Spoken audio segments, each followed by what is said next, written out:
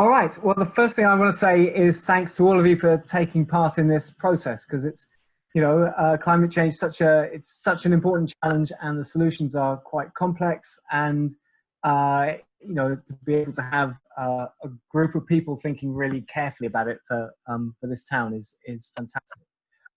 So yeah, just very quickly about me. So I'm an academic at Lancaster University part-time.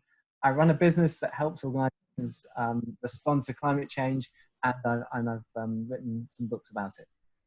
So I'm going to talk about Kendal's contribution to climate change, mostly, first and foremost, about the people who live in Kendal and the carbon footprint that's in all our lives and what that looks like, but also the people who come and visit Kendal, and the businesses that operate in Kendal. And I'm also conscious that it's not just a town in isolation.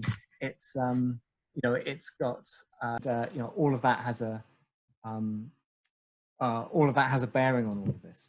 So if you look at, just to start with, if we look at the people who the people who live in Kendal, so if you look at the carbon footprint of our lives, so that's the carbon footprint that arises from everything that goes on in our lives, everything that we buy and everything that we do.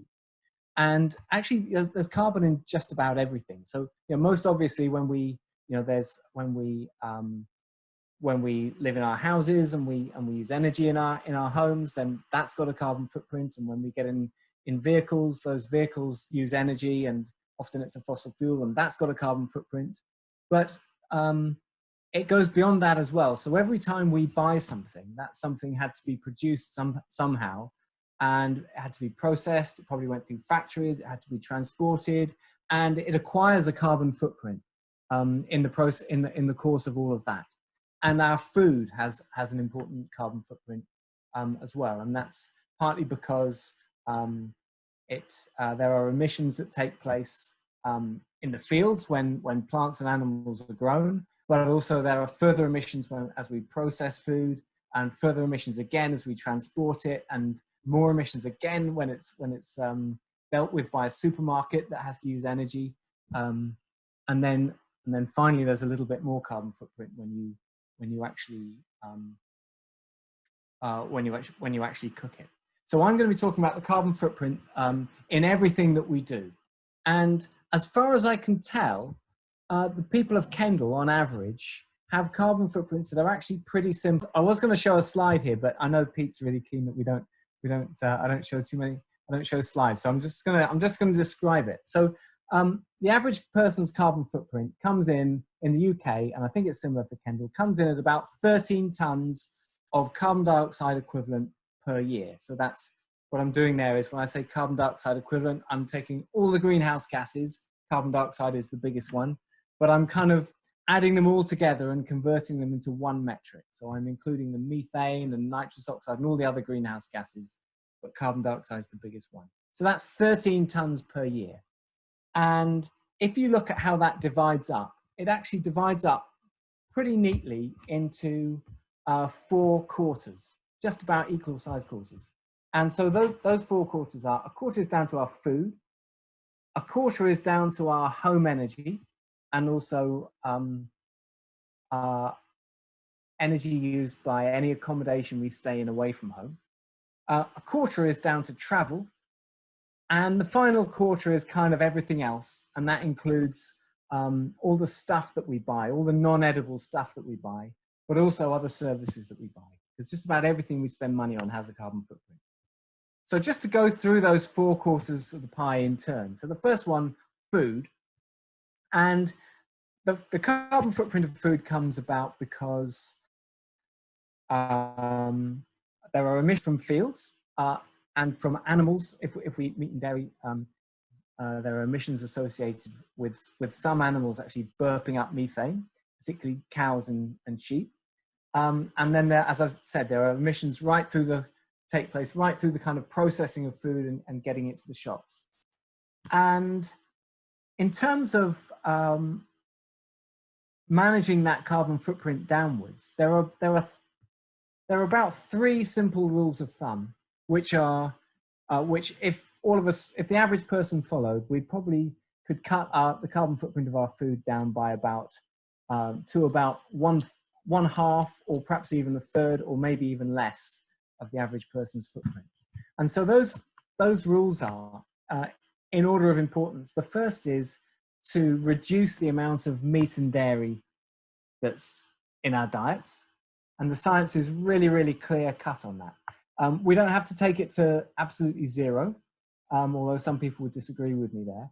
But it's clear cut that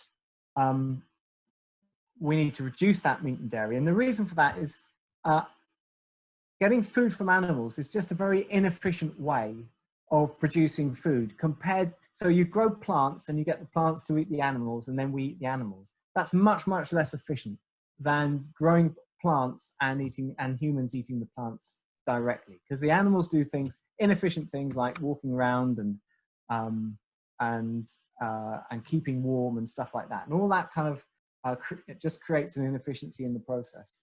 And some animals, particularly cows and sheep, also ruminate, which means they burp up methane, and that does something like doubling their carbon footprint. So the biggest rule of thumb is to reduce meat and dairy consumption, and especially the highest carbon meats, which are beef and lamb. Then the second most important is to reduce the amount of food that we waste. And it's often the supermarkets that get a really hard time for wasting food, but actually the amount they waste is trivial compared to the amount that we waste in our homes. And also another significant component is the amount that's wasted in hotels and pubs and restaurants, which have a much harder time than supermarkets in keeping their waste down. So, and then the third thing is about the seasonality of food. Particularly fruit and vegetables. So seasonal fruit and vegetables turn out to be almost always really low carbon. But the minute and food that's even come from the other side of the world can also be pretty low carbon. So apples, oranges, bananas that have come from wherever you like, so long as they've been on a boat, can be pretty low carbon. And even frozen berries out of season also turns out to be quite low carbon. But the minute something fresh goes on an aeroplane in order to get it to us in time, it suddenly has a really, really high carbon footprint. So 3 rules of thumb for food. So that's less meat and dairy. It doesn't have to be zero, but it does have to be much less. Waste less, and reduce food that's been on an aeroplane, and that's particularly fruit and veg that doesn't keep any fruit and veg that isn't resilient enough to be able to put on a boat. Then you need to put it on an aeroplane. So asparagus from Peru, grapes from California would be examples of that. Okay, and then just whilst we're on food, just to, I'm conscious that, here in Kendal, we have a really important visitor economy, and also we're close by, we have a really important farming economy. And there are so the message for the hotels, pubs and catering industry is pretty clear cut, and we've got some great examples of locally to us of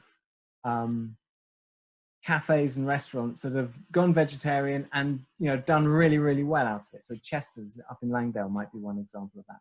We've also got the Waterside Cafe, and it doesn't have to be another example would be Greg's recently introducing their vegan sausage roll, and that's been really popular.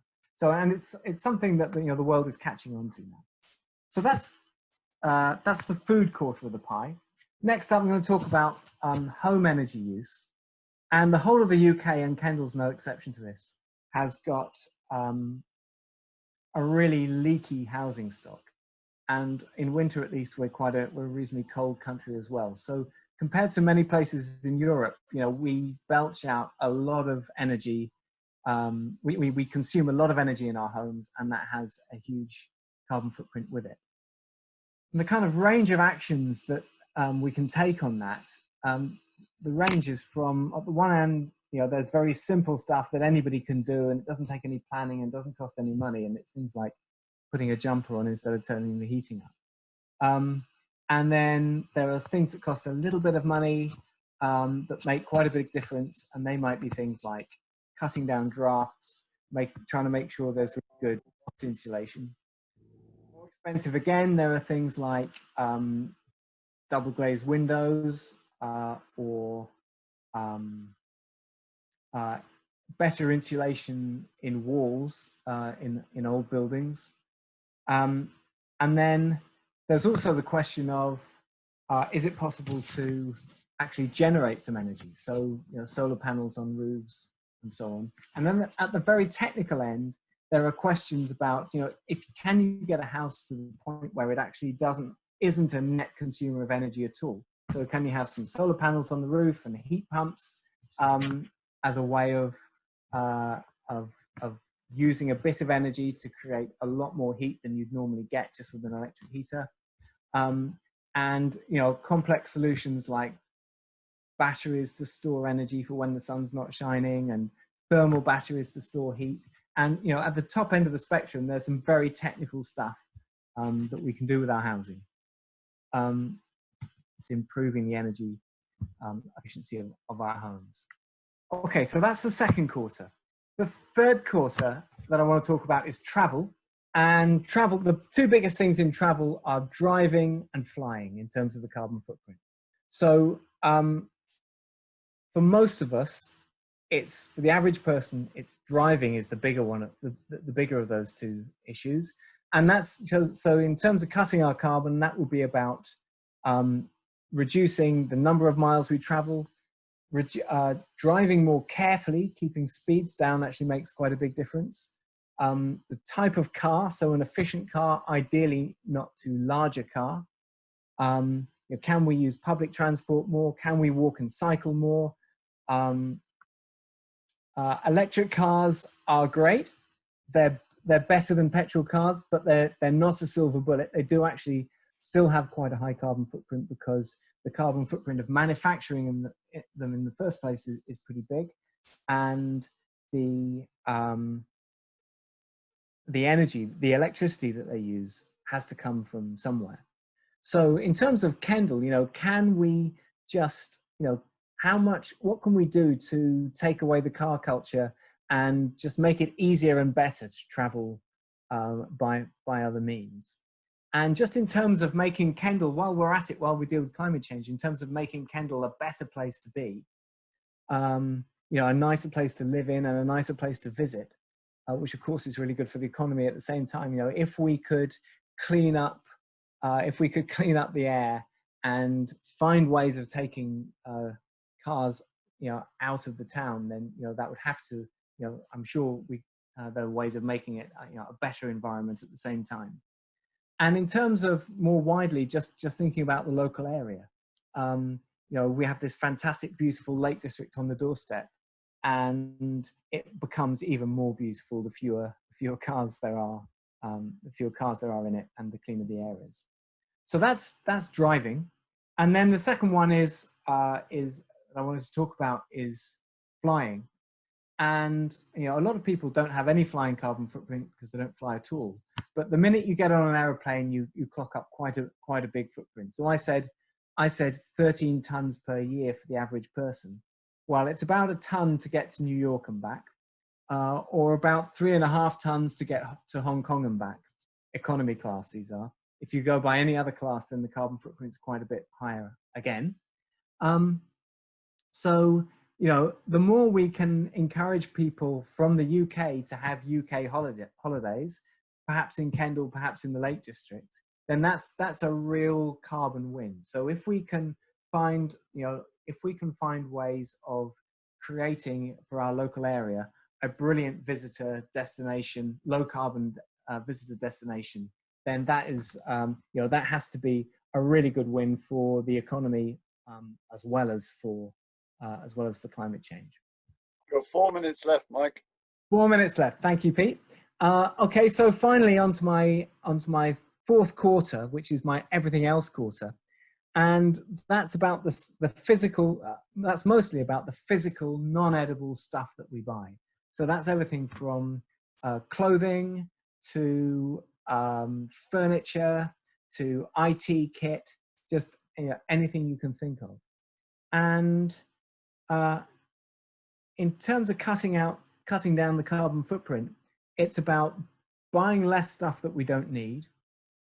It's about buying less often, but perhaps higher quality so that things are built to last.